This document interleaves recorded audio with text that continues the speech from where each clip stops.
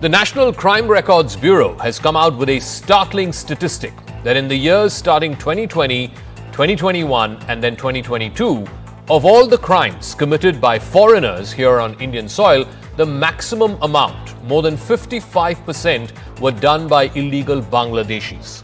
Now, most of these crimes are either human trafficking, drug peddling, document fraud, like procuring fake Aadhaar cards, for example.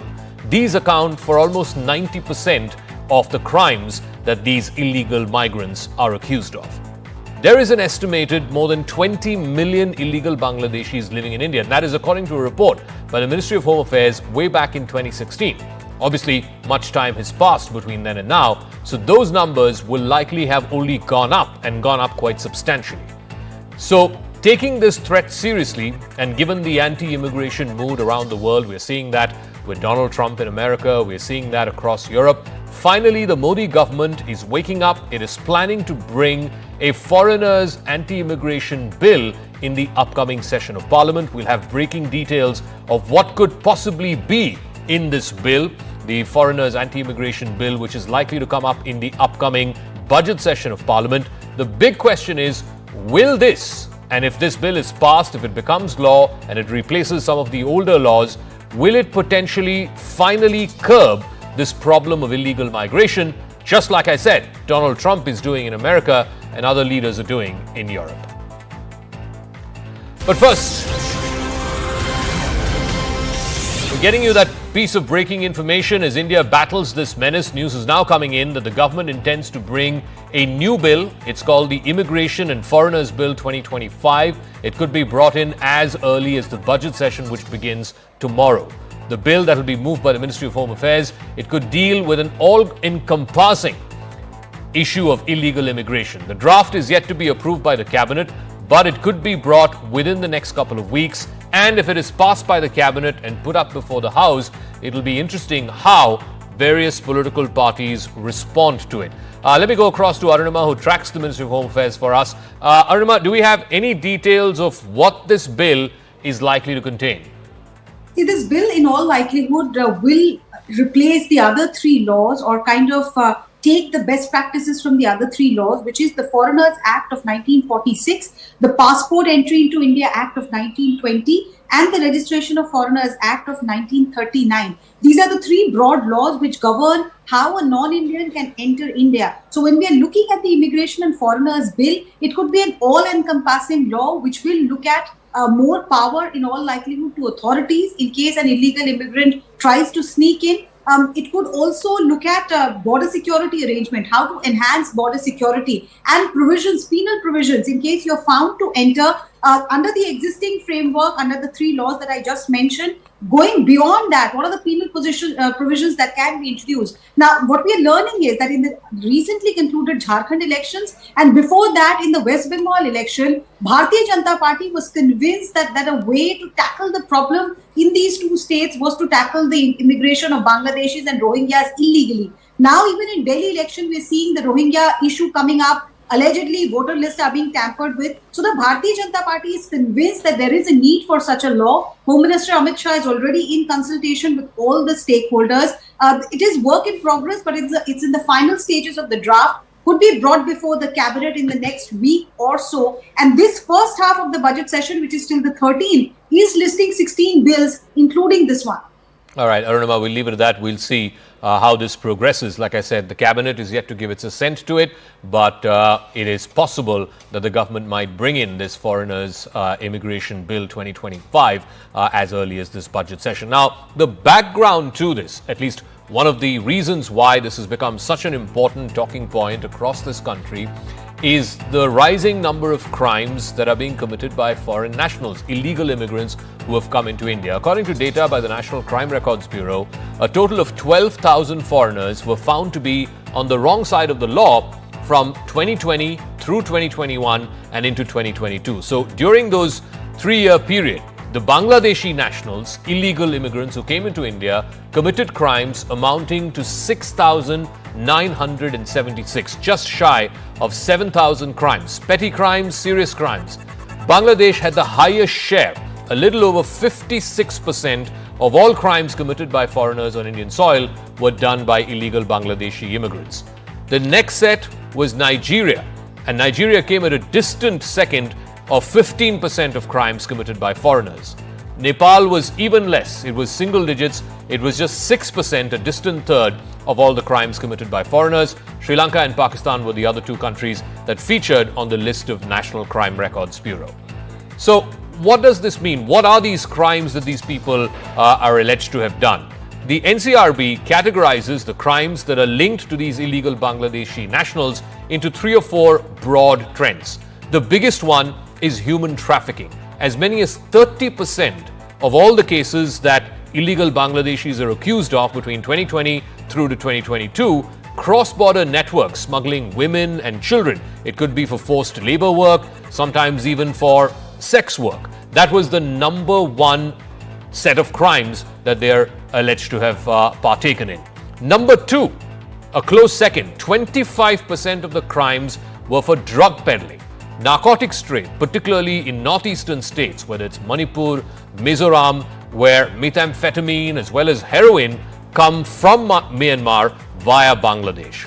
And the third, again, a very close third, at 20%, 1 out of 5 crimes that these illegal Bangladeshis were accused of were for document fraud. So your rackets that produce fake Aadhaar cards, fake PAN cards, fake voter IDs, in a bid to try and legalize these migrants, 20% of the crimes were with document fraud.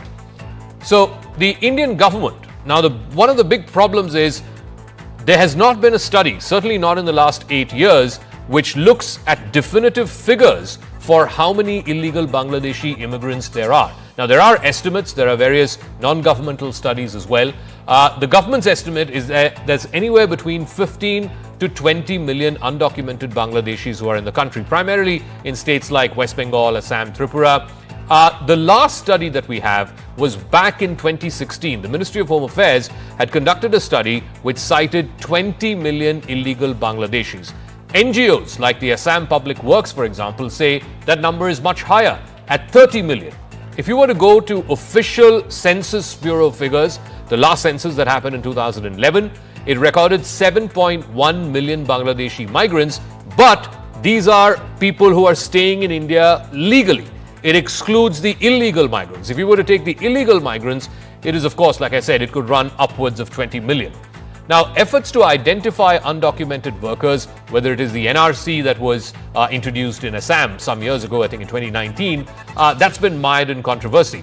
In fact, the 2019 NRC had found that there were 1.9 million people who were staying in that state illegally. That's 19 lakh people who were staying in Assam illegally, who had crossed over from Bangladesh over the last 30 or 40 years, but were staying there illegally. The problem is this: A, identifying them, and B, deporting them, because you can only deport them to their home country or repatriate them to their home country if the home country accepts that they are individuals or citizens from that country. So if you were to look at the NRC, even though it said there were 1.9 million people, in the calendar year 2022, just over 1,000 people were deported from India to Bangladesh. So that's the report from the NCRB. 55% of all crimes committed by foreign nationals in India are committed by Bangladeshis, and it's come to light in the back of what happened in the Saif case. This, of course, is for the year 2020-2021. I want to go across to Sushant Sareen, Senior Research Fellow at the Observer Research Foundation. Thank you very much, Sushant, for speaking with us. The point is, 55% of the cases, that's roughly about 3,500 of the almost 6,000 cases that are committed by foreigners in India in the year 2020-2021, according to the NCRB data, is done by Bangladeshi nationals. If they are found convicted of these crimes, why can't they be sent back to their home country?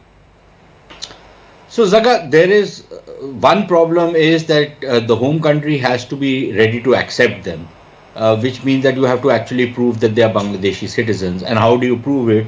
When our own system is so leaky that when these guys come in, the first thing that is done is that they get documentation done. And then to disprove that documentation becomes a bit of a nightmare. Secondly, there is this entire political lobbying which goes on in the name of this very false sense of liberalism, that you are targeting minorities in India. You're actually not targeting minorities in India. You're targeting illegal aliens in India who happen to be from a certain minority community and who happen to be involved in crimes. So we need to be very clear on that particular count. Unfortunately, because it becomes a kind of a vote part of the vote bank politics of most political parties, which claim to be very secular, which they clearly are not. This becomes a matter, it becomes a big political controversy. And then, of course, partly for reasons of the legal processes that are involved, because you have to give due process of law. And because if the person has a documentation and you can't prove that he's a Bangladeshi national, then how do you get that permission through the courts in India? Because these guys will file cases out here. And then even if you manage to do all of that, the Bangladeshis have to be ready to accept. Now, the Bangladeshis claim that Bangladesh is such a happening country, it is like the Switzerland of the Indian subcontinent, that nobody comes to India for a job. We know that is not the case, and the estimates range from almost about 2 crore of people of Bangladeshi origin who are illegal immigrants in India. So that is a very real problem, and that's likely to become worse as we go forward. Because one of the things, Sushant, is the NDA government, Mr. Modi's government, now in its third term, in this upcoming budget session of Parliament, they're planning to bring in a bill called the Anti-Illegal Immigration Bill, whereby without court orders, they are planning to, put these guys in these temporary courts, much like what Trump is now doing in the US. And if they are found guilty of crimes, then they will be sent back to their home countries. Do you think it can be done in a country like India? I think it should be done. Can it be done?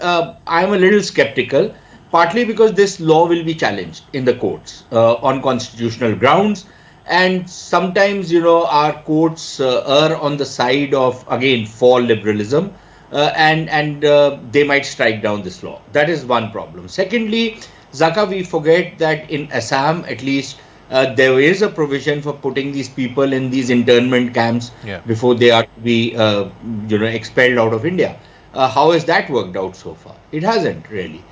So there is, the way our administrative and our legal systems work, they actually incentivize illegal immigrants rather than disincentivizing them. And until and unless, we can develop some kind of political will, and this is not just about getting all the political parties together, because that's not going to happen. That's a mug's game. But what about the government which is in power? Why cannot it has enough executive powers if it wants to exercise those? Why does it not do it? All right, Sushant, we'll leave that part of the conversation there. We'll see how this plays out, if this new bill will actually help identify some of these illegal immigrants who are caught for crimes, convicted for crimes, and whether they can be repatriated to their home country.